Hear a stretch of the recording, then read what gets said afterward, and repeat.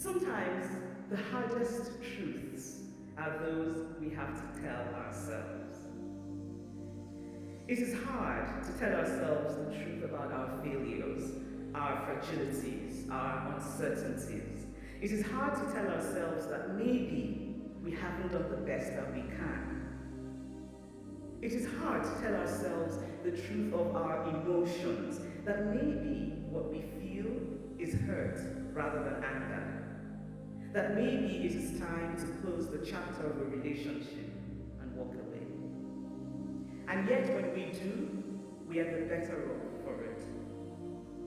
Be courageous enough to accept that life is messy.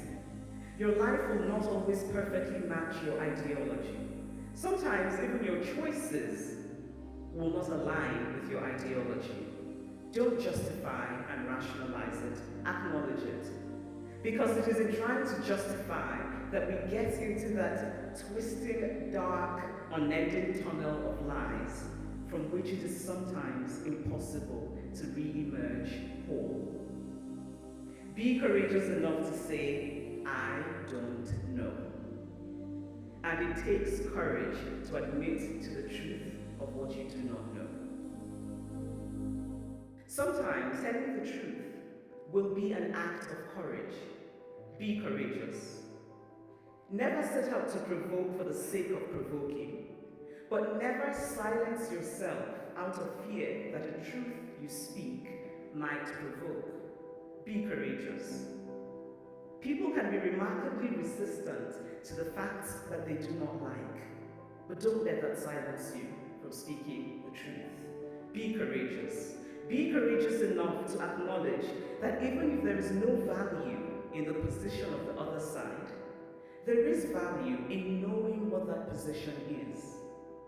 Listen to the other side, at least the reasonable other side. Literature is my religion. I have learned from literature that we humans are flawed. All of us are flawed. But even while flawed, we are capable of enduring goodness. We do not need first to be perfect before we can do what is right and just. There will be times when you are petrified of failing, when fear of failure holds you back. In those moments, here is the truth that is easy to forget. You don't actually know that you will fail. And there is also the fear of measuring up, of keeping up. When you worry that you didn't get that job at Goldman or McKinsey or in Silicon Valley, or didn't win a Pulitzer at 30, or didn't become a managing director or partner of something at 35, think of literature. Think of the early bloomers and the late bloomers. Think of the many experimental novels that do not follow the traditional form. Your story does not have to have a traditional arc. There is an Igbo saying, "Mbonye jikuni bututu ya." It translates literally to, whenever you wake up, that is your morning. What matters is that you wake up. Procrastinating is a form of fear, and it is difficult to acknowledge fear. But the truth is that you cannot create anything of value without both self-doubt and self-belief. Without self-doubt, you become complacent. Without self-belief, you cannot succeed. You need both. The truth is that the universal does not belong to any one group of people. Everybody's story is potentially universal. It just needs to be told well. I often wonder who will be led if everyone is supposed to be a leader. But whether you are a leader or whether you are the led, I urge you always to bend toward truth, to err on the side of truth. And to help you do this, make literature your religion. Which is to say, read widely, read fiction and poetry and narrative non-fiction. Make the human story the center of your understanding of the world. Think of people as people, not as abstractions who have to conform to bloodless logic, but as people, fragile, imperfect, with prides that can be wounded and hearts that can be touched.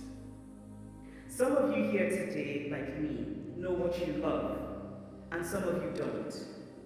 If you don't know, you will. If not something that you love, then something that you like, something that you don't hate, or something, you will find it. But to find it, you must try. The wonderful Shonda Rhimes said very wisely that you have to do something until you can do something else. Try. If it doesn't work out, try something else. I knew from spending a year in medical school that it was not for me. Actually, that's not really true. I knew even before medical school, but going to medical school clarified it for me. And it's not wasted time, it's experience. And experience will serve you in ways you do not expect. Whoever you are, no matter how lonely, the world offers itself to your imagination. The world is calling you. Be courageous enough to recognize those things that get in the way of telling the truth. The empty cleverness, the morally bankrupt irony, the desire to please, the deliberate obfuscation, the tendency to confuse cynicism for sophistication. There is work to be done. There are tarnished things that need to shine again. There are broken things that need to be made whole again. You are in a position to do this. You